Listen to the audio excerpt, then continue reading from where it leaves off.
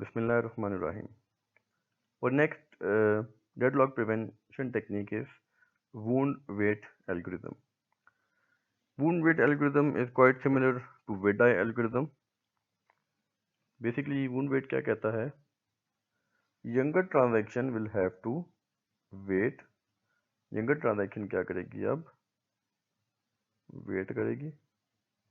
जाहिर बात है वेट उस वक्त करेगी जब data item is held by a older transaction. Younger transaction जो है वो डेटा आइटम की रिक्वेस्ट करती है और ओल्डर ट्रांजैक्शन जो है उसने डेटा आइटम को होल्ड किया हुआ है.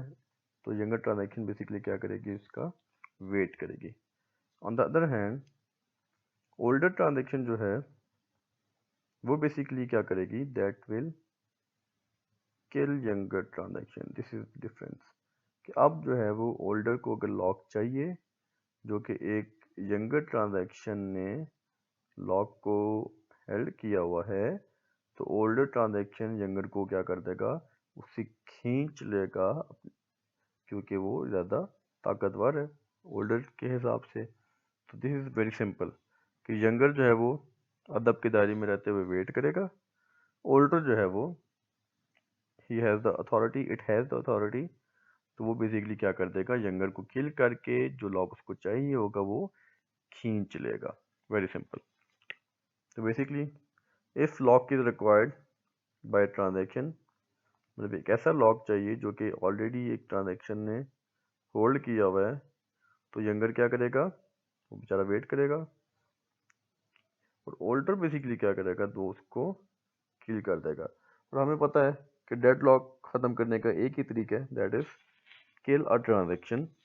जैसी ही ट्रांजैक्शन किल होगी तो डेड लॉक ऑटोमेटिकली क्या हो जाएगा? ख़त्म हो जाएगा.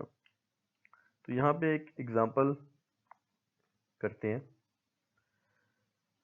For example we have a schedule और अगेन क्योंकि हमने ओल्डर और यंगर ट्रांजैक्शन की बात की है तो वी विल डिसाइड कि ओल्डर कौन सी है और यंगर कौन सी है.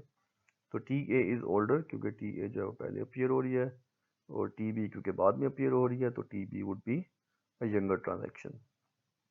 तो सबसे पहले ट्रांजैक्शन टी ए जो है वो लॉक बैलेंस एक्स कर रही है. तो अभी तक देखिए किसी भी ट्रांजैक्शन को कोई भी लॉक एलोकेट नहीं हुआ, तो balance X would be allocated to transaction T ए.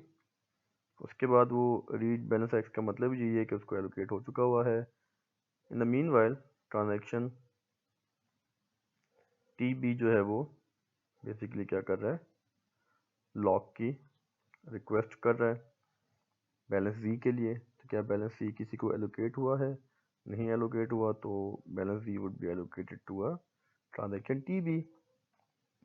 अब टी ए जो है वो बैलेंस एक्स में ऑपरेशन कर रहा है और टी बी जो है वो बैलेंस वी में ऑपरेशन कर रहा है. Write X and balance C. यहाँ पे ट्रांजैक्शन टी का मतलब basically it went in a delay. किसी भी तरह का लेट से डिले आ गया है ट्रांजैक्शन में, यूज़र जो है वो लेट से उसने स्टॉप कर दिया है या what ever it is a delay कि इस टाइम पे कोई भी ऑपरेशन ट्रांजैक्शन टी ए ने नहीं परफॉर्म किया. In meanwhile transaction T B जो है वो रिक्वेस्ट करती है बैलेंस एक्स. तो यहाँ पे देखिए बैलेंस एक्स ऑलरेडी एलोकेट हो चुका हुआ है. तो इन दैट केस क्या यंगर ट्रांजैक्शन को लॉक एलोकेट होगा? हरगिज नहीं होगा. उसने कहा था अगर यंगर को लॉक चाहिए तो यंगर क्या करेगा? वेट करेगा. तो बेसिकली ट्रांजैक्शन टी बी जो है वो किस में आ गया है? वेटिंग स्टेट में आ गया है. उसने वेट किया. अब जैसे ही ट्रांजैक्शन टी ए ने लॉक बैलेंस सी किया तो बैलेंस सी उसको एलोकेट होगा. बैलेंस सी तो ऑलरेडी एलोकेटेड है एक यंगर ट्रांजैक्शन को, पर एल्गोरिदम ने ये कहा था कि जैसे ही एक ओल्डर ट्रांजैक्शन लॉक की रिक्वेस्ट करेगी which is assign to a younger transaction, तो ओल्डर ट्रांजैक्शन यंगर को किल कर देगी. तो अल्टीमेटली उसने क्या किया कि इस ऑपरेशन पे ट्रांजैक्शन टीबी को बैलेंस सी की बेस पे किल कर दिया. ठीक है. अब अगर वो किल ना करता तो ट्रांजैक्शन टी ए और टी बी दोनों वेटिंग में आ जाती which was a dead log. पर उसने क्या किया? जैसे ही एक ऐसा लॉग जो कि ऑलरेडी एलोकेटेड था, तो ओल्डर ट्रांजैक्शन ने यंगर ट्रांजैक्शन को किल कर दिया।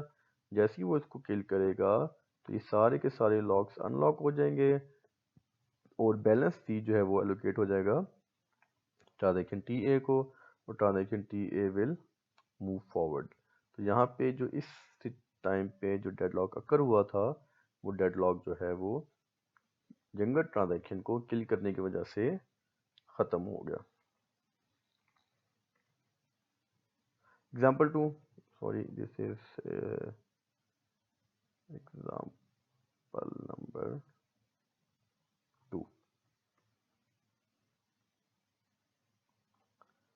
Again we have a schedule जिसमें दो ट्रांजैक्शन थे, an older transaction and a younger transaction. Older transaction T A है क्योंकि वो सिस्टम में पहले अपीयर हुई, और दूसरी transaction T B of course younger transaction होगी।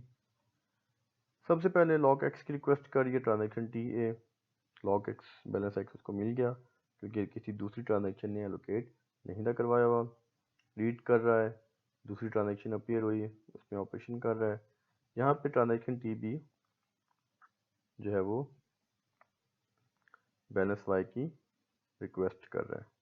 तो देखिए बैलेंस वाई जो है वो किसी को अभी तक एलोकेट नहीं हुआ, तो बैलेंस वाई जो है वो ट्रांजैक्शन टी बी को एलोकेट हो जाएगा। उसके बाद ट्रांजैक्शन जो है वो बैलेंस एक्स में राइट कर रही है, ट्रांजैक्शन टी बी उसको रीड कर रही है। अब यहाँ पे ट्रांजैक्शन टी ए जो है वो बैलेंस वाई की रिक्वेस्ट कर रही है। अब जैसे ही वो बैलेंस वाई की रिक्वेस्ट करेगी, बैलेंस वाई तो ऑलरेडी एलोकेटेड है, पर एल्गोरिदम ये कह रहा था कि अगर ओल्डर ट्रांजैक्शन एक ऐसे डेटा की रिक्वेस्ट करती है जो कि एक यंगर के पास पड़ा हुआ है, तो ओल्डर जो है वो ताकत का मुजाहरा करते हुए उसको क्या करवा देगी, रोल बैक करवा देगी। तो जैसे ही ये ट्रांजैक्शन रोल बैक होगी, बैलेंस वाई रिलीज हो जाएगा, और बैलेंस वाई जो है वो that would be allocated to transaction T A. Transaction T A का एलोकेट होगा और transaction T A will move forward. यहाँ पे आप देखें कि डेडलॉक एग्जिस्ट नहीं था कर रहा, क्योंकि ट्रांजैक्शन टी बी जो है वो किसी भी तरह की वेटिंग स्टेट में नहीं थी। अगर वेट करता तो ट्रांजैक्शन टी ए करता बैलेंस वाई के लिए। डेडलॉक ना होने की बेस की वजह से के बावजूद जो है वो ट्रांजैक्शन को किल करना पड़ा, क्योंकि एल्गोरिदम जो है वो it is designed like this. So this is a drawback of algorithm के वो यंगर ट्रांजैक्शन को बेसिकली किल कर देता है। अब पॉइंट यहाँ पे ये आता है कि फिर वूंड वेट और वेट टाइम में फ़र्क क्या है। फ़र्क ये है कि दोनों किल तो यंगर को ही कर रहे हैं, पर टाइम पीरियड का फ़र्क आ जाता है कि एक जो है वो हो सकता है कि एक ट्रांजैक्शन टाइम T3 पे उसको किल करे अगर हम वेट डाई अप्लाई करें, और अगर हम वूंड वेट अप्लाई करें तो वही जो है वो उसको, जैसे अगर हम वेट डाई की बात करते हैं तो वेट डाई एल्गोरिदम में यहाँ पे इसको वेट करना पड़ता, और ये जो है वो स्केजुअल ट्रांजैक्शन रोल बैक ना होती, ठीक है, वो सिंपल एग्जीक्यूट हो जाती इन दिस सिनेरियो। ठीक है, तो दोनों के अपने अपने प्रोज एंड कॉन्स हैं। Now we have the last algorithm, conservative two-phase locking, which is very simple. A transaction must be allocated all locks before it starts.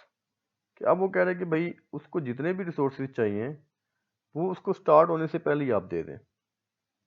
ठीक है, अब लेट से ट्रांजैक्शन टी ए को 5 डेटा आइटम्स चाहिए। जब सारे के सारे उसको एलोकेट हो जाएंगे तो क्या वो वेट करेगा किसी का? नहीं करेगा। जब वो वेट नहीं करेगा तो इट मीन्स के डेडलॉक भी अकर नहीं होगा। In this way, transaction will not have to wait. Wait क्यों नहीं करेगा? जब उसको सारे के सारे रॉक जो उसको रिक्वायर्ड थे जब उसको एलोकेट हो चुके हैं, इट मीन्स कि अब ट्रांजैक्शन जो है वो किसी तरह का वेट नहीं करेगी, और अब जब ट्रांजैक्शन वेट नहीं करेगी तो इसका मतलब है कि सिस्टम में डेडलॉक अपीयर नहीं होगा, क्योंकि डेडलॉक अपीयर ही किस वजह से होता है? वेटिंग की वजह से होता है। तो इट इज़ क्वाइट सिंपल, पर इसके कुछ ड्रॉबैक्स हैं। ड्रॉबैक्स ये हैं कि it is hard to gain all locks at the same time, कि सारे के सारे lock at the same time जो है वो गेट करना एक मुश्किल काम है, स्पेशली जब ट्रांजैक्शन को ज़्यादा लॉक्स रिक्वायर्ड होंगे। ठीक है, तो इसलिए कि ये मेक श्योर करना कि हर ट्रांजैक्शन को स्टार्टिंग से पहले सारे के सारे लॉक मिल जाएं, it is a quite tough thing, क्योंकि हो सकता है लॉक जो है वो किसी दूसरी ट्रांजैक्शन ने एलोकेट करवाए हो। Next is in this case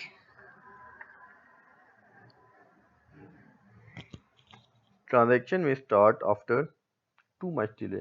क्या वो ट्रांजैक्शन जो है वो वेट कर रही है, स्टार्ट अभी हुई नहीं है, स्टार्ट होगी उसके बाद फिर एंड होगी ना। तो बेसिकली जब ट्रांजैक्शन जो है वो स्टार्ट क्यों नहीं हुई, क्योंकि उसको लॉक रिक्वायर्ड है, जब लॉक मिलेंगे तब जो है वो स्टार्ट होगी।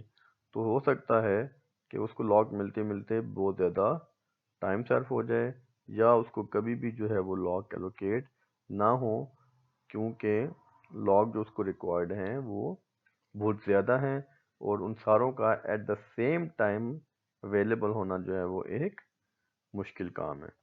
तो इसलिए कंजर्वेटिव टू फेज लॉकिंग जो है वो इतना प्रैक्टिकल नहीं है, क्योंकि ट्रांजैक्शन जो है वो सिरे से स्टार्ट ही नहीं होती। जब स्टार्ट ही नहीं होगी तो ज़ाहिर बात है एंड कैसे होगी। तो this is the lecture from the week 11। Wish you all health and दुआ में याद रखें। अल्लाहुम्मा सल्ली अला सय्यिदिना मुहम्मद व अला आलि सय्यिदिना मुहम्मद। सी यू नेक्स्ट वीक इंशाल्लाह। अस्सलाम वालेकुम रहमतुल्लाहि व बरकातुहू।